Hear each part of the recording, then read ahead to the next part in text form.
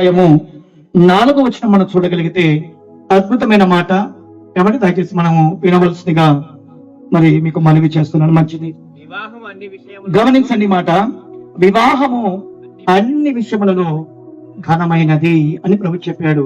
అందరు కళ్ళు మూసుకుందాం, చిన్న ప్రార్థన చేసుకుని దేవుని వాక్యాన్ని విందాం. ప్రేమ కలిగిన తండ్రి మీకు స్తోత్రాలు, దయ కలిగిన తండ్రి మీకు వందనాలు ప్రభువా. మరి ఇంతవరకు నాయన చక్కగా ఒక కార్యక్రమం అంతా కూడా మీ యొక్క నామ మహిమ ఘనత కొరకే మీరు జరిగింప చేస్తున్న విధానమునకై మీ పాదములకు కృతజ్ఞత స్తుతులు వందనాలు చెల్లిస్తున్నాం. దయగలిగిన తండ్రి మరి కొన్ని నిమిషాలు నీ యొక్క వాక్యాన్ని నా తండ్రిగో బోధించబోతుండగా ఆత్మదేవ నాతో నీ యొక్క పిల్లలతో మా అందరితో మీరు మాట్లాడమని ప్రార్థన చేస్తున్నాం. మా సొంత మాటలు సొంత ఆలోచనలు యేసు నామములో దూరపరిచి తండ్రి నా ప్రభైగో ఇరుగురు నా తండ్రిగో వివాహం చేసుకోబోతున్న నీ పిల్లలకును అదే రీతిగా వచ్చిన సంఘానికి నా తండ్రి ఆత్మీయులకును అందరికీ కూడా కావలసిన అమూల్యమైన మాటలు అందజేయమని కృప చూపించమని క్రీస్తు పేరిట ప్రార్థన అడుగుచూ ప్రారంభిస్తున్నాము తండ్రి, ఆమేన్. దేవునికి స్తోత్రం. ప్రియులారా గమనించండి, ఇక్కడ ఒక అద్భుతమైన విషయాన్ని మనం చూచాం. దయచేసి గమనించండి. వివాహము అన్ని విషయములలో ఘనమైనది అని ప్రభు చెప్పాడు. ప్రారంభ దినాలలో దేవుడు భూమిని, ఆకాశములను, సూర్యుని, చంద్రుని, పక్షులను, జంతువులను, పర్వతాలను, సృష్టిని యావత్తును చేసిన అనంతరము ఏమంటే దేవుడు తన పోలిక చొప్పున తన స్వరూపమందు ఒక మానవుని, ఒక నరుణ్ణి నిర్మించినట్టుగా మనం చూస్తాం. అయితే గమనించండి, మరి ఆ ఒక మానవుడు అనగా మరి ఆదాము నుండి ఒక పక్కటి ఎముక నుండి ఏమండి మరి అందులో మాంసాన్ని పూడ్చి ఏమండి స్త్రీని తయారు చేసినట్టుగా మనం చూస్తున్నాం. ప్రారంభ దినాలలోనే ఇద్దరిని ఏమండి దేవుడు ఒక వివాహ బంధములో ఐక్యపరిచినట్లుగా వారి జీవితాన్ని ఏమైనా ఆశీర్వదించి మీరు ఫలించి అభివృద్ధి చెందండి అని చెప్పి దేవుడు వారి ఇరువురికి ఏమైనా ఆశీర్వదించినట్టుగా మనం చూస్తాం. అయితే కొంతకాలానికి వారి బంధములో కొద్దిగా తేడా వచ్చినట్టుగా వారు దేవుని మాటకు అవిధేయులుగా మనం చూస్తాం. గనుక వారి వివాహ జీవితంలో ఏమండి కొద్దిగా గలిబిలి చెందినట్టుగా మనం చూస్తాం. కాబట్టి ప్రేమ దేవుని వాళ్ళరా ఏమండి ఈ రోజు కూడా మరి ఇక్కడ మరి ఏలియా గారికి అదే రీతిగా ఉషారాణి గారికి కూడా ఏమండి వారికి కాదు ఇక్కడ వచ్చిన ప్రతి ఒక్కరికి కూడా దేవుడు పురుషుడికి 4 విషయాలు, స్త్రీకి కూడా ఒక 4 విషయాలు ఈ రోజు మనకు మరి తెలియజేయాలని దేవుడు ఆశిస్తున్నాడు. వాటిని మన జాగ్రత్తగా మనం గమనించగలిగితే మొట్టమొదటిగా గమనించండి ఏమంటే మరి పురుషుని గురించి 4 విషయాలు దేవుడు తెలియజేస్తున్నాడు. వాటిని మనం ధ్యానించగలిగితే మొట్టమొదటిగా చూడండి ఒకసారి కొలసి పత్రిక 3వ అధ్యాయము 19వ వచనాన్ని మనం చూస్తున్నాం. కొలసి పత్రిక 3వ అధ్యాయము 19వ వచనం గమనించండి మాట, దయచేసి బాగా గమనించండి. ఏమండి నేను మీకు సమయం చెప్పాను కదా, 12 గంటల లోపు నేను ముగిస్తానని మీరు జాగ్రత్తగా వింటే ఇంత త్వరగా ముందుకెళ్తాను. దయచేసి గమనించండి. భర్తలారా మీ భార్యలను ప్రేమించండి అని ప్రభు చెప్పాడు. ఏమంటున్నాడు చెప్పండి? భర్తలారా మీ భార్యలను ప్రేమించండి. ఎలా ప్రేమించాలంటే గమనించండి ప్రేమ దేవుని వాళ్ళారా. మొట్టమొదటిగా భర్త ప్రేమ భార్యకు అర్థం కావాలంటే సంఘాన్ని దేవుడు ప్రేమించి ఏ విధంగా ప్రేమించాడో ఒకసారి క్రీస్తు ప్రేమను మనం అర్థం చేసుకుంటే భర్త కూడా భార్యను అలాగే ప్రేమించాలని మనకు అర్థమవుతుంది. క్రీస్తు సంఘానికి ఎలా ప్రేమించాడు అంటే గమనించండి, ఆయన మన పాపముల కొరకు ఏమంటే ఎన్నో భయంకరమైన చిత్ర హింసలు పొందినట్టుగా మనం చూస్తాం. ఏమండి ఆయన కొల్లా దెబ్బలు తిన్నప్పుడు, ఆయన ముళ్ళ కిరీటం ధరించుకున్నప్పుడు, ఆయన కాళ్ళ చేతుల మేకులు కొడుతున్నప్పుడు, ఆయన ముఖం మీద ఉమ్ముతున్నప్పుడు, ఆయనకు అవమానపరుస్తున్నప్పుడు, ఆయనకు అవహేళన చేస్తున్నప్పుడు ఎప్పుడు గాని ఎక్కడ గాని ఆయన బాధపడలేదు, తొనగలేదు, దుఃఖించలేదు. శిలువ మీద చెప్పిన మాట ఏంటి చెప్పండి? తండ్రి వీరు ఏమి చేస్తున్నారు, వీరు ఎరగరు గనుక వీరిని చెప్పండి క్షమించండి. ప్రేమించాడు క్రీస్తు. ఎంతగా ప్రేమించాడు అంటే తన రక్తం ఇచ్చినంతగా ప్రేమించాడు. ఏమండి క్రీస్తుగా మనం ఎప్పుడైనా ఏదైనా ఇచ్చామో చెప్పండి? ఏదైనా మనం త్యాగం చేశామో చెప్పండి? ఏమీ లేదు. ఆయనకు ఏమి ఇయ్యకపోయినా సంఘము కోసం తన రక్తాన్ని చిందించాడు. సంఘం కోసం తన ప్రాణం పెట్టాడు. సంఘం కోసం ఎంతగానో తాపత్రపడ్డాడు. ఎంతగా తాపత్రపడ్డాడు అంటే దేవుడు ఏమండి పరలోకములో సైన్యములకు అధిపతి యొక్క యెహోవా పరిశుద్ధుడు పరిశుద్ధుడు పరిశుద్ధుడు పరిశుద్ధుడని దేవదూతల చేత కొనియాడబడిన ఆయన మానవుల కోసం మానవ ఆకారాన్ని ధరించుకొని దాసుడుగా రిక్తుడుగా తన్ను తాను ఏమండి ఆకారమందు మనుషుడుగా కనపడి మానవులందరి కోసం శిలవ మరణం పొందినంతగా ప్రేమను చూపించాడు. అలాంటి ప్రేమతోనే భార్యను ప్రేమించాలి అని ప్రభు చెప్తున్నాడు. ఏమని కష్టాలు వచ్చినా, బాధలు వచ్చినా, నిందలు వచ్చినా, అవమానాలు వచ్చినా, ఏది వచ్చినా భార్యను ప్రేమించాలి. ప్రారంభ దినాల్లో ఉన్నంత ప్రేమ ఏమండి చివరి వరకు మరణించేంత వరకు ఆ ప్రేమ తగ్గకూడదు. ప్రేమైన దేవుని వర్ణన. కాబట్టి మొట్టమొదటిగా ఏమండి భర్తలకు చెప్తున్న మాట అతి ప్రాముఖ్యంగా మరి ఏలియా గారికి చెప్తున్న మాట ఏంటంటే ఏమండి భార్యను ఏం చేయాలండి చెప్పండి? ప్రేమించాలి. ఎలా ప్రేమించాలి అంటే క్రీస్తు సంఘానికి ఎలాగైతే ప్రేమించాడో ఏమండి ఏలియా గారు తన భార్యను కూడా అలాగే ప్రేమించాలని మొదటి విషయం చెప్తున్నాడు. రెండో విషయం మనం చూడగలిగితే త్వరగా చూడండి. రెండో విషయము ఒకసారి మత్తయి సువార్త 19వ అధ్యాయము 5వ వచనం మనం చూడగలిగితే మత్తయి సువార్త 19వ అధ్యాయము 5వ వచనం. ఇంది నిమిత్తము పురుషుడు తన తల్లిదండ్రులను విడిచి తన భార్యను హత్తుకొనును. గమనించండి. ఒకప్పుడు తల్లి లేకుండా ఉండలేని కుమారుడు, తండ్రి లేకుండా ఉండలేని కుమారుడు ఎప్పుడైతే వివాహం అవుతుందో ఏమండి ఆ ప్రేమ ఎక్కడ చూస్తున్నాడు అంటే ఏమండి ఎవరిని హత్తుకుంటున్నాడంటే భార్యని హత్తుకుంటున్నాడు. ఎప్పుడు చెప్పండి? వివాహ బంధములు ఎప్పుడైతే వాళ్ళు ఇరుగురు కూడా బంధించబడతారో, ఆ వివాహ బంధములు ఎప్పుడైతే వాళ్ళు ఐక్యపరచబడతారో వారి జీవితం ఇప్పటి వరకు కాదు, ఒక 5 సంవత్సరాలు కాదు, 10 సంవత్సరాలు కాదు, మరణం వచ్చేంత వరకు హత్తుకొని ఉండాలి. చాలా మంది చూడండి కొంతకాలానికి వదిలిపెట్టేస్తారు. ఏమండి ఇంటి నుంచి మరి పుట్టింటి నుంచి కట్టం తీసుకురాలేదని ఏమండి వదిలేస్తుంటారు, నిందలు వేస్తుంటారు, అవమానపరుస్తుంటారు, అవహేళన చేస్తుంటారు, తక్కువ దానిగా చేస్తుంటారు, అవసరమైతే చంపేస్తారు. అయితే గమనించండి, ప్రభు అది చెప్పట్లేదు. ఏమంటున్నారు తెలుసా? భర్తలారా మీ భార్యను ఏం చేయాలి చెప్పండి? హత్తుకొని ఉండండి. ఎంతవరకు హత్తుకోవాలంటే మనము విడిపోయేంత వరకు, ప్రాణం పోయేంత వరకు, ముసలితనం వచ్చేంత వరకు, మన జీవిత కాలం అంతా కూడా హత్తుకొని భార్యను జీవించాలని ఏమండి ఇక్కడ ఏలియా గారికి కాదు ఏమండి మనందరికీ కూడా అదే మాట చెబుతున్నారు. ఇది రెండో విషయం మనం చూస్తున్నాం. మూడో విషయం మనం చూడగలిగితే అద్భుతమైన మాట చూడండి ఒకసారి. ఎఫెసీ పత్రిక చూడండి 5వ అధ్యాయము 28వ వచనం. ఎఫెసీ పత్రిక 5వ అధ్యాయము 28వ వచనం. అటువలనే పురుషుడు కూడా తన సొంత శరీరం వలె తన భార్యలను ప్రేమింప బద్ధలై ఉన్న. ప్రేమించాలి. ఏమండి ఎలాగైతే మన శరీరాన్ని ప్రేమించుకుంటామో, ఏమండి ఈ యొక్క చేయికి ఏదైనా ఇబ్బంది వచ్చిందనుకోండి, ఈ చేయి ఊపుకుంటుందో చెప్పండి? ఈ కంటికి కొద్దిగా ఇబ్బంది వచ్చిందనుకోండి, ఈ కళ్ళు ఊకుంటుందా చెప్పండి? ఏమండి తలకు బాధ వస్తే ఈ చెయ్యి ఊకుంటుందా చెప్పండి? ఈ కాలుకు నొప్పి వస్తే ఈ చెయ్యి ఊకుంటుందా చెప్పండి?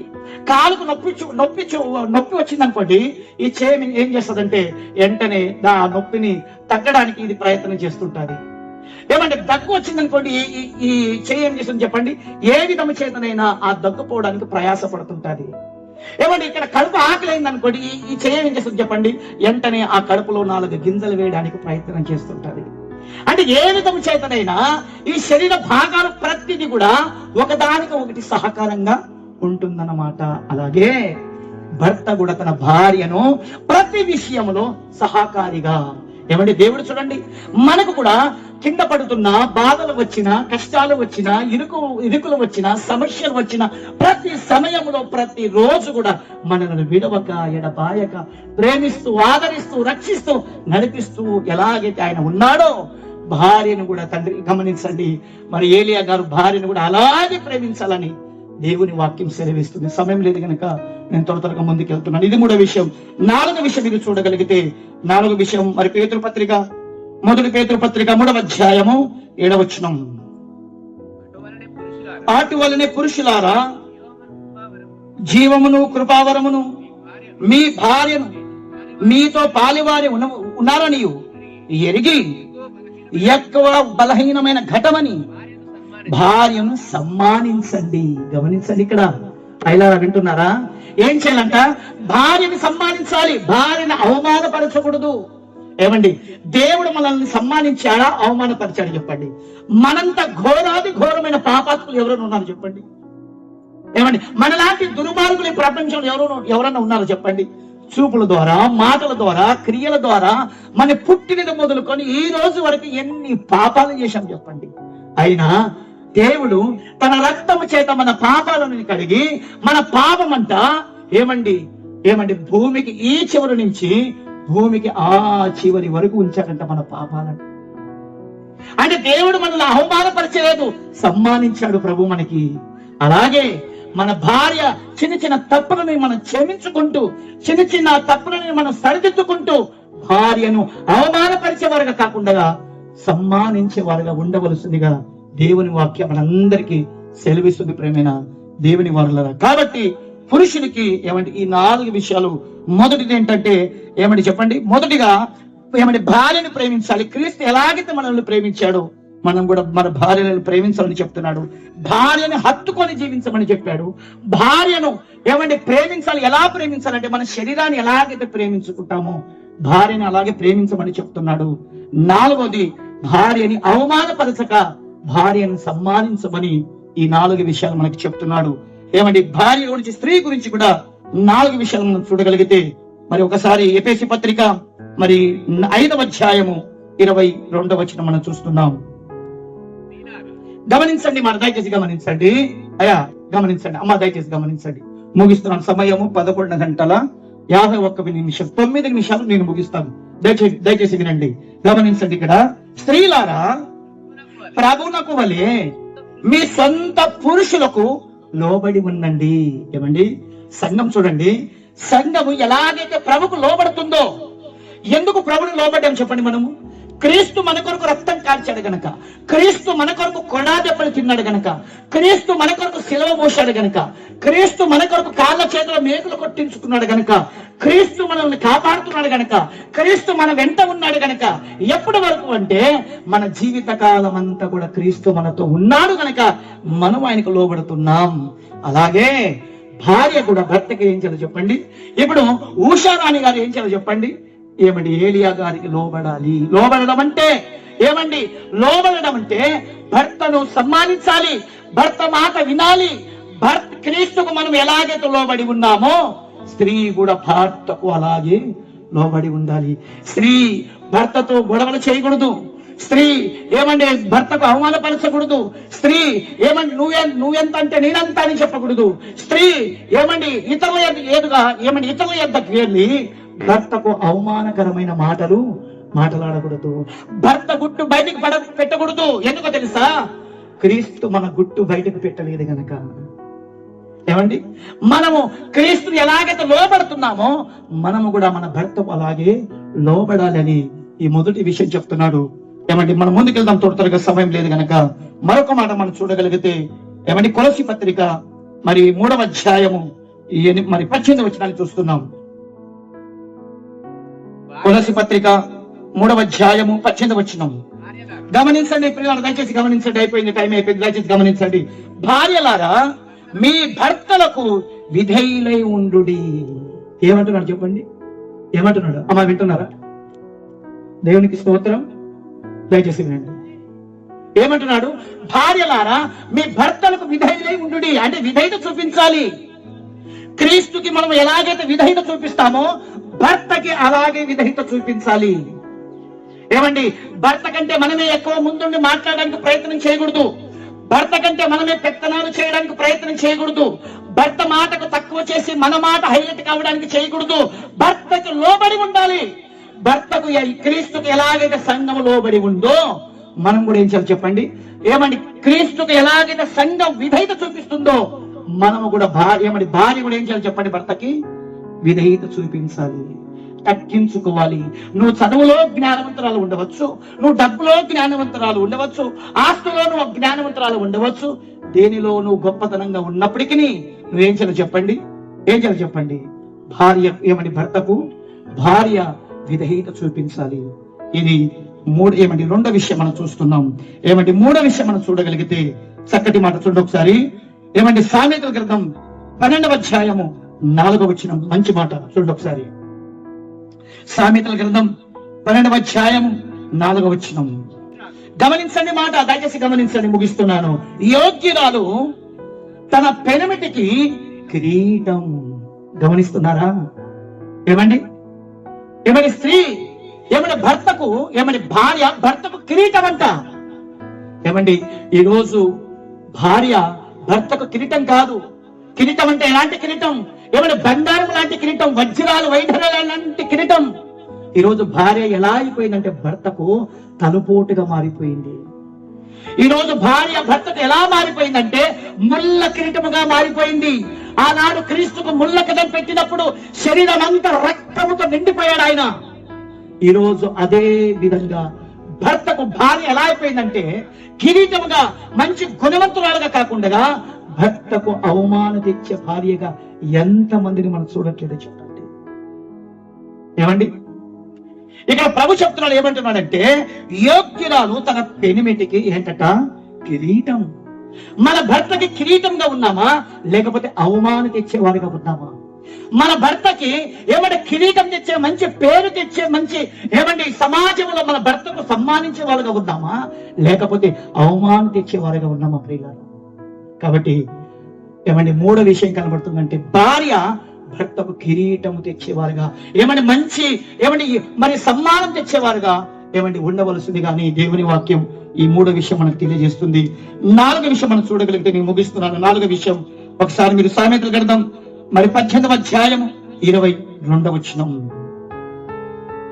చాలా అద్భుతమైన మాట. సామెతల గ్రంథం 18వ అధ్యాయము 22వ వచనం, భార్య దొరికిన వానికి, గమనించండి, మేలు దొరుకును. భార్య భర్తకు మేలుగా ఉండాలి. భార్య భర్తకు మంచి అన్ని విధాలుగా మేలుకరంగా ఉండాలి. ఈరోజు భార్య భర్తకు కీడుకరంగా కనపడుతుంది.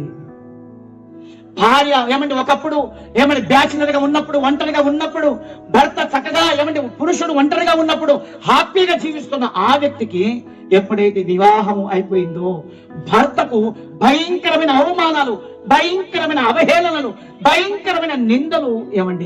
ఈరోజు భర్తకు ఎంతమంది భర్తలు మనం చూడట్లేదు చెప్పండి? ఎంతమంది పురుషులకి ఇలాంటి సమస్యలు మనం చూడట్లేదు చెప్పండి? అయితే గమనించండి, ప్రభు వాక్యం మనకి ఏం సెలవిస్తుందంటే భార్యలారా ఏంటంట, మీ భర్తలకు ఏం కలిగి ఉండాలట, మేలుకరంగా ఉండాలని ప్రభు వాక్యం సెలవిస్తుంది. కాబట్టి ప్రేమైన దేవుని వల్ల ఎప్పుడైతే భార్యాభర్తలు ప్రేమ కలిగి ఉంటారో, భార్యాభర్తలు ప్రార్థనా జీవితం కలిగి ఉంటారు, భార్యాభర్తలు ప్రతి ఆదివారం మందిరానికి వెళ్తూ ఉంటారు, భార్యాభర్తలు దేవుని పరిచర్యలో పాలిభాగస్తులుగా ఉంటారు, భార్యాభర్తలు దేవునికి విధేయత కలిగి ఉంటారు, వారి కుటుంబము ఆశీర్వాదకరంగా ఉంటుంది, దీవెనకరంగా ఉంటుంది. అలాంటి దీవెనకరమైన కుటుంబము మరి ఏలియా గారికి, అదే రీతికి మరి ఉషారాణి గారికి, ఇక్కడ ఉన్న ప్రతి పురుషులకి, స్త్రీలకి ఉండాలని ప్రభు పేరిట మీ అందరికి మనవి చేస్తూ ఈ మాటలు మనందరి హృదయాలను ఫలింప చేసి దీవించి ఆశీర్వదించునుగాక. అందరు కళ్ళ మూసుకుందాం, చిన్న ప్రార్థన చేసుకుందాం. దయగలిగిన తండ్రి, కృపగలిగిన ప్రభా మీకు స్తోత్రాలు.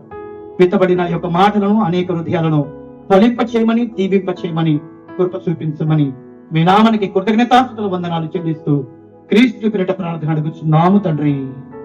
ఆమేన్.